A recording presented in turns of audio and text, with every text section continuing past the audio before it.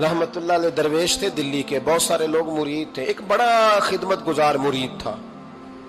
مزدوری کرتا تھا، غریب تھا، تو 6 بیٹیاں تھیں اس کی۔ حضرت صاحب کے پاس روز آ کے کہتا حضور بچیوں کے لیے دعا کرے، اللہ کوئی اسباب پیدا کر دے، ایک بچی کی شادی کا خرچہ 1000 دینار ہے اور میں غریب ہوں۔ حضرت صاحب دعا کر دیتے۔ خانقاہ شریف کے تھوڑے ہی فاصلے پر حضرت جہاں بیٹھ کے مریدوں کی تربیت کرتے تھے، اس سے تھوڑا ہی فاصلے پر نا ایک عیسائی رہتا تھا، بڑا مالدار تھا، بڑی سارے اونٹ، گائیں، بھیڑ، بکریاں رکھی ہوئی تھی، اور حضرت شرف الدین رحمت اللہ علیہ کی بڑی مخالفت کرتا تھا۔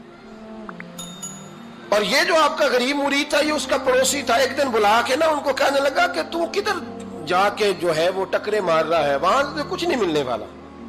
وہ تجھے کیا دیں گے جن کی خانقاہ خود چندے پہ چلتی ہے، مدرسہ چندے پہ چلتا ہے، مسجد چندے پہ چلتی ہے،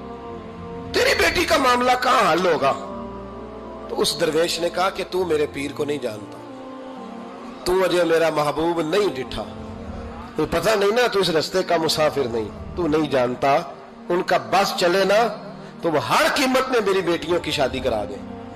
اب وہ عیسائی تھا، کہنے لگا اچھا چلو ٹھیک ہے، اگر اتنی بات ہے نا تو جاؤ ان سے جا کے کہہ دو کہ 6 سال کے لیے میرے ساتھ معاہدہ کر لیں، وہ میرے جانوروں کو چارہ ڈال دیا کرے، 6 سال ڈیوٹی کرے، میں 6000 دینار دے دیتا ہوں۔ وہ میرے ساتھ 6 سال میرے جانوروں کو چارہ ڈالے، رکھتے ہیں نا آپ چارہ ڈالنے کے لیے ایڈوانس پیسے دے کے، اب تو لوگ انہیں بھی غلام ہی بنا لیتے ہیں، بڑی تھوڑی تنخواہ دیتے ہیں، ظلم کرتے ہیں، پورا معاوضہ نہیں دیتے۔ حضرت شیخ شرف الدین کے بارے میں وہ کہنے لگا جب اپنے پیر سے جا کے کہہ کہ میرے جانوروں کو 6 سال چارہ ڈالے، میں 6000 دے دیتا ہوں، تو جو کہتا ہے ہر قیمت پہ جانے کو تیار ہے۔ اس نے جب یہ بات کی تو مرید نے ناراض ہو گیا، وہ لڑائی ہو گئی، گریبان پکڑ لیا، جھگڑا ہوا، بات بڑی دور گئی، اس طرح کی بات کرتا میرے حضرت کے بارے میں، تیرے جیسے کئی میں وہاں کام پہ رکھا دوں۔ جب وہ بڑی بحث ہوئی، بات محلے میں، علاقے میں پھیل گئی، دنیا نے سن لی، تو شیخ شرف الدین تک بھی پہنچ گئی۔ اس طرح جھگڑا ہوا ہے، لوگ سو گئے عشاء کی نماز کے بعد۔ حضرت صاحب نے نا سر پہ کپڑا لیا، اس عیسائی کے دروازے پہ دستک دی، وہ باہر آیا، فرمانے لگے لوگ تو سوچ سمجھ کے ملازم رکھتے ہیں، تو نے بھی تو سوچ ہی لیا ہوگا، تبھی تو مجھے آفر کی ہے، تو اپنی آفر پہ قائم ہے، واقعی مجھے رکھ لے گا اور 6000 دینار دے دے گا؟ کہنے لگا جا بابا کام کر اپنا۔ فرمایا نہیں، تو نے اتنے لوگوں میں بات کی، اتنی بحث ہوئی، تو قائم ہے؟ کہنے لگا میں تو قائم ہوں، پر آپ نے نہیں قائم رہنا۔ فرمایا میں سوچ سمجھ کے آیا ہوں۔ اس نے کہا آپ ڈیوٹی کریں گے، بھینسوں کو چارہ ڈالیں گے؟ فرمایا ایک شرط، بس جب اذان ہو جائے نا تو مجھے رب کی نماز پڑھنے کی اجازت دے دینا، باقی صبح و شام جو تو کہے گا۔ اگر اس غریب کی بیٹیاں بیائی جائیں تو مجھے اور کیا چاہیے، اس کی 6 بیٹیوں کا بوجھ ہے اس کے سر پہ، تو مجھے رکھ لے۔ اللہ اکبر۔ وہ کہنے لگا چلے پہ میرے ساتھ خط بندگی کر لیں، آج کل ہم اسٹامپ کرتے ہیں، اس زمانے میں خط بندگی ہوتا تھا، غلامی کا خط، قاضی شہر کے پاس، یعنی اس کا خیال تھا کہ چلو اسٹامپ کی بات کروں گا تو بھاگ جائیں گے۔ فرمایا چل میں تیار ہوں۔ قاضی تک گئے، طے ہو گیا، 6000 دینار دے دیے۔ حضرت نے مرید کو بلایا، فرمایا پتر یہ لے جا، جا میری بیٹیوں کو روانہ کر دے۔ کہنے لگا حضور یہ کیا کر رہے ہو آپ، کچھ سوچیں۔ فرمایا یار جب تجھے بیٹا بنا لیا تو پھر میری پوتیاں تو لگتی ہیں نا، میرا حق تو بنتا ہے نا، جا کے ڈیوٹی کر، ان کو بیاہ دے۔ بات پھیل گئی، بادشاہ بھی عقیدت مند تھا، وہ 12000 دینار لے کے پہنچا۔ کیا بتاؤں ان رب کے بندوں کا دل کیسا ہوتا ہے، کیا درد ہوتا ہے، کیا رنگ۔ 12000 دینار لے کے بادشاہ آیا اور آ کے حضرت کو پیش کیے کہ حضور آپ دیں اس عیسائی کو ڈبل دیں اور جائیں کام کریں۔ آپ فرمانے لگے تو پیسے دے، شرطیں نہ لگا، میرا جہاں دل کرے گا میں خرچ کروں گا، مجھے تو مزہ ہی اب آنے لگا ہے، ابھی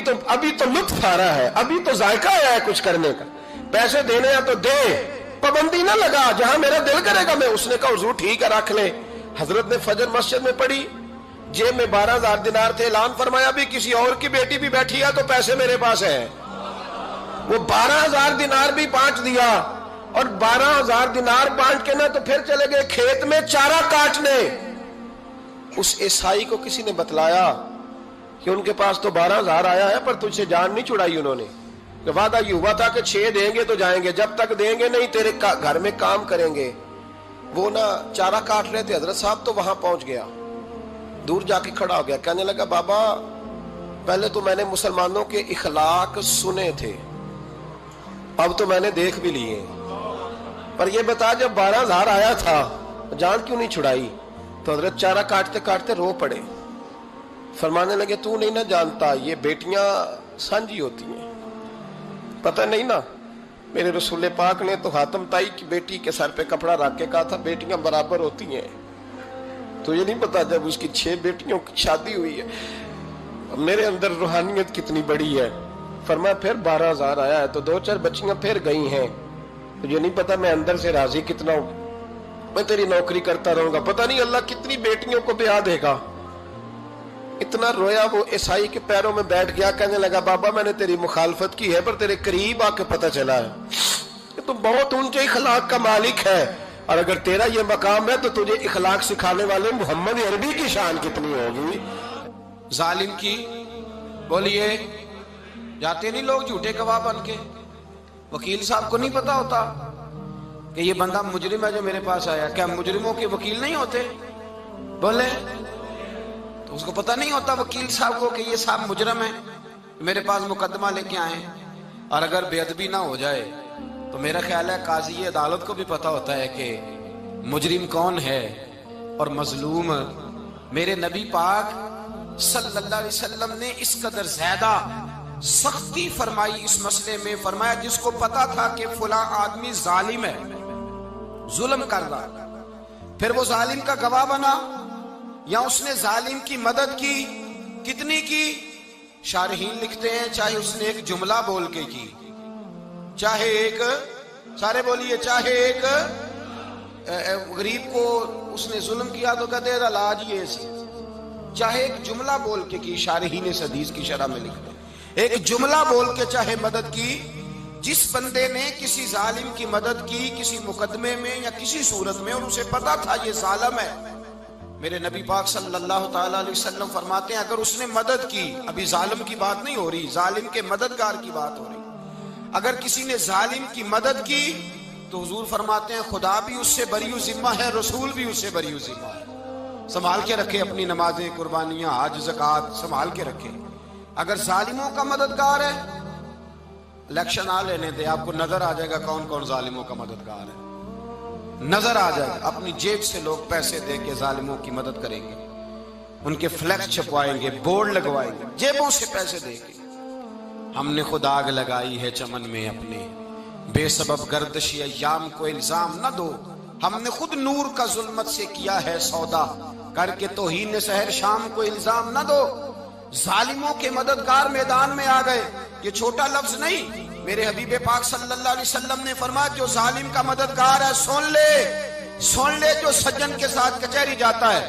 وہ یاد رکھے جو دوست کا گواہ بنتا ہے، وہ یاد رکھے جو کہتا ہے میں مانگی گیا تھا، مجھے بلایا گیا تھا قبضہ چھڑانے کے لیے کسی غریب بیوہ کی جائیداد پہ، کب وہ سن لے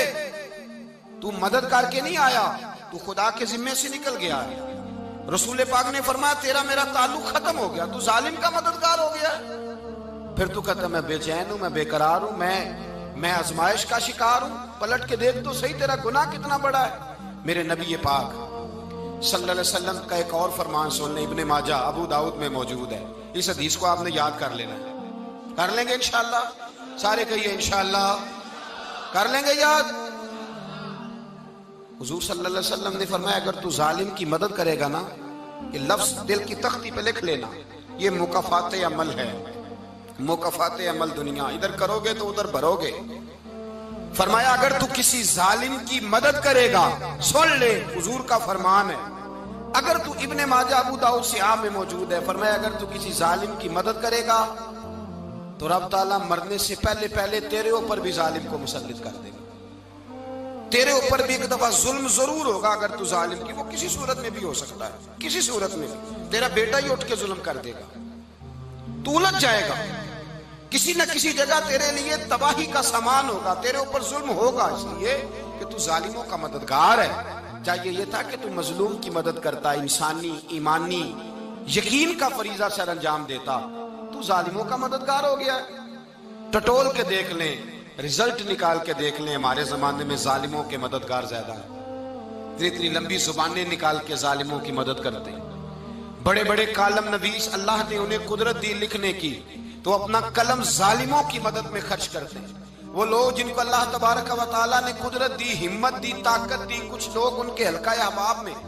وہ اپنے لوگوں کو استعمال کر کے ظالموں کی مدد کرتے ہیں، ظالموں کی مدد کرتے ہیں۔ میرے نبی کریم سید عالم نور مجسم صلی اللہ علیہ وسلم نے فرمایا، اگر تو نے ظالم کی مدد کی تو جب تک تو توبہ نہیں کرے گا رب تجھ سے ناراض ہی رہے گا۔ اللہ تجھ سے، او بھائی جس سے رب بھی ناراض ہو گیا، نہ کھانا نہ پینا نہ سونا نہ جاگنا نہ نیند، پھر تیری ہر چیز تیرے لیے آزمائش ہو جائے گی، پھر تیرا سایہ بھی تیرے لیے خوف کا سامان بنے گا، پھر زندگی جیتی جاگتی لاش بن جائے گی، تو اپنے کندھوں پر اپنی میت اٹھائے پھرے گا جب تو ظالم کا مددگار ہوگا۔ اور نبی پاک صلی اللہ علیہ وسلم نے فرمایا ظالموں کا مددگار بھی ظالم ہوتا ہے، ظالموں کا مددگار بھی، سارے بولے ظالموں کا مددگار بھی نہیں، کو نہیں، آپ سارے نہیں بولے، ایک دفعہ بولے ظالموں کا مددگار بھی، پکی بات ہے، ظالموں کا مددگار بھی۔ اللہ اکبر، جس کا یارانہ ہو،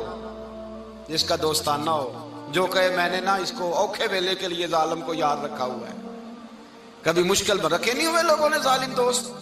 کہتے میں نے رکھے ہوئے ہیں، بلکہ ہمارے دیہات میں تو کہتے ہیں میں نے بازو بنائے ہوئے ہیں۔ کس کو بازو بنا لیا؟ ظالم بھی کبھی بازو ہوتا ہے، جو ظلم کی تلوار لیے میدان میں کھڑا ہے۔ قارون، حامان، فرعون، نمرود کا حال نہیں لوگوں نے دیکھا؟ اپنے زمانے میں آپ نے کتنے لوگ نہیں دیکھے جن کے سائے سے، آواز سے لوگ کانپتے تھے؟ پھر پولیس کی گاڑیوں میں وہ اس طرح مردہ پڑے کہ دنیا نے تماشا دیکھا ان کا۔ یہ رنگ ہم نے دیکھے نہیں اپنے آنکھوں سے۔ فرمایا ظالم کا مددگار بھی، جو کار میں بٹھا کے لے کے گیا وہ بھی ظالم، جس نے چائے پلائی وہ بھی